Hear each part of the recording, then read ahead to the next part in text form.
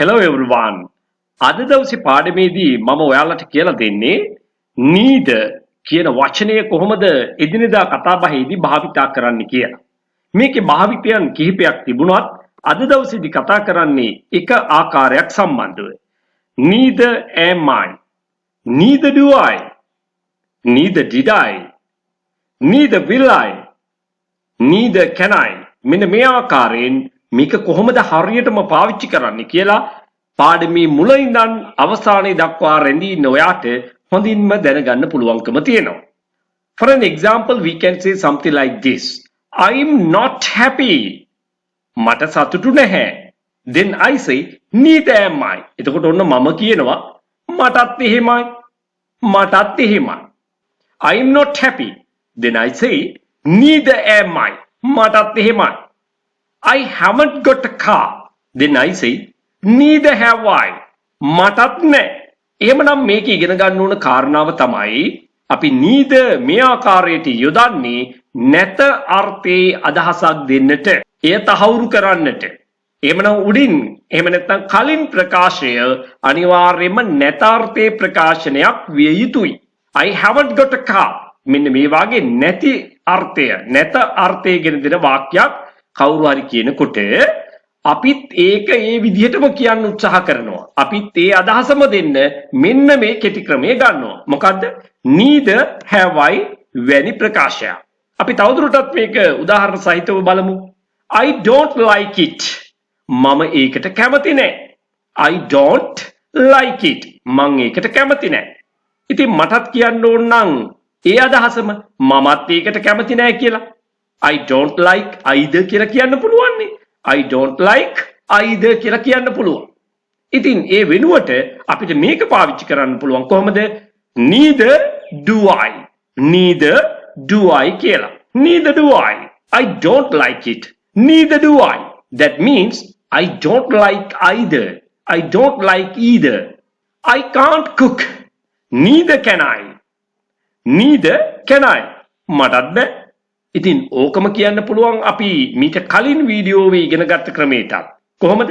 I can't cook කියලා එයා කියනකොට මම කියනවා I can't cook either. I can't cook either. That means neither can I. I never go to the cinema. මම කවදාවත් සිනමා හලට යන්නේ නැහැ. මමත් කියනවා මාත් යන්නේ නැහැ. Neither do I. Neither do I. මමත් එහෙමයි. Neither do I. That means I never go to the cinema either. I will not. I won't come tomorrow. මම හිත නොයේවි. මමත් ඒ අදහසම කියනවනම් neither will I. Neither will I. That means I won't come tomorrow either. I didn't see anything. මම මුකුත් දැක්කේ නැහැ. එතකොට මමත් කියනවා මාත් දැක්කේ නැහැ. මාත් එහෙම තමයි. Neither did I. Neither did I. That means I didn't see anything either. I didn't hear anything. මට මුකුත් ඇහුනේ නැහැ. Then I say, neither did I. That means I didn't hear anything either. I didn't understand anything. මට මුකුත් තේරුනේ නැහැ. Then I say, neither did I. මටත් එහෙමයි. Neither did I. That means I didn't understand anything either. I didn't eat anything. මම මුකුත් කෑවේ නැහැ. මාත් එහෙමයි. ඕක කොහොමද කියන්නේ?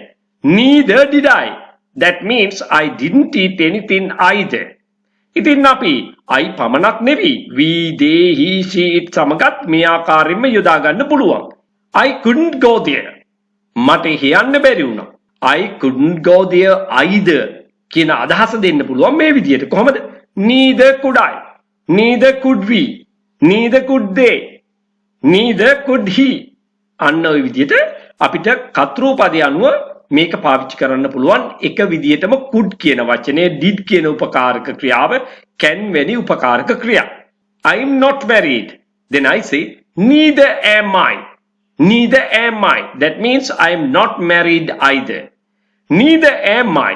නමුත් බලන්න we කියන වචනේ යොදන්න සිද්ධ වුණොත් අපිත් එහෙම තමයි. අපිත් අවිවාහකයි කියන අදහස දෙන්නේ කොහොමද එතකොට? Neither are we. එහෙම නැත්නම් neither are they. එහෙමත් නැත්නම් neither is he. or else you can say neither is she. අන්න එහෙම වෙනස් වෙනවා කියලත් මතක තියාගන්න ඕනේ.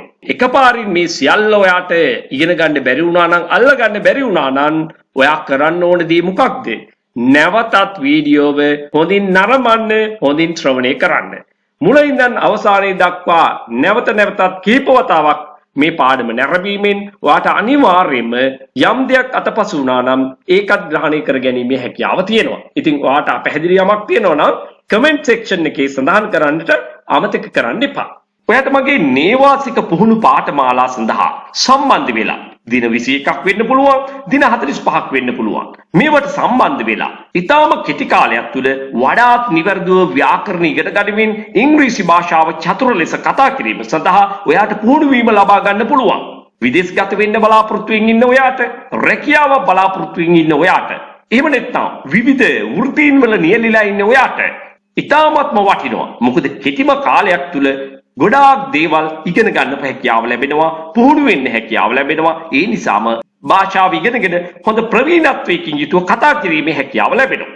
එහෙම සහභාගී වෙන්නම බැරි අය සඳහා විශේෂයෙන්ම විදේශගත වෙලා දැනටමත් සේවය කරන අය ඔන්ලයින් ක්ලාසස් සඳහා විමසීම් කරන්න පුළුවන්. ඒ වගේම පාසල් යන දුවලා පුතාලටත් ඔන්ලයින් ක්ලාසස් එහෙම නැත්නම් දැනටමත් රැකියාවල නියැලීලා ඉන්න අයට මේ වගේ ෆිසිකල් ක්ලාසස් වලට සම්බන්ධ වෙන්න බැරි නම් අන්න ඒ අයට ඔන්ලයින් ක්ලාසස් සඳහා විමසීම් කරන්න පුළුවන්.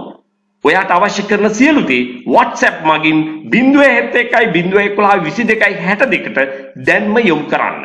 ඒ වගේම ඔයා තාමත් මගේ channel එක නරඹන්නේ subscribe කරලා නෙවෙයි නම් channel එක subscribe කරලා තියාගන්න. එතකොට ඔයාට මේ වගේ වටිනා පාඩම් රැසක් ඉගෙන ගැනීමේ හැකියාව තියෙනවා.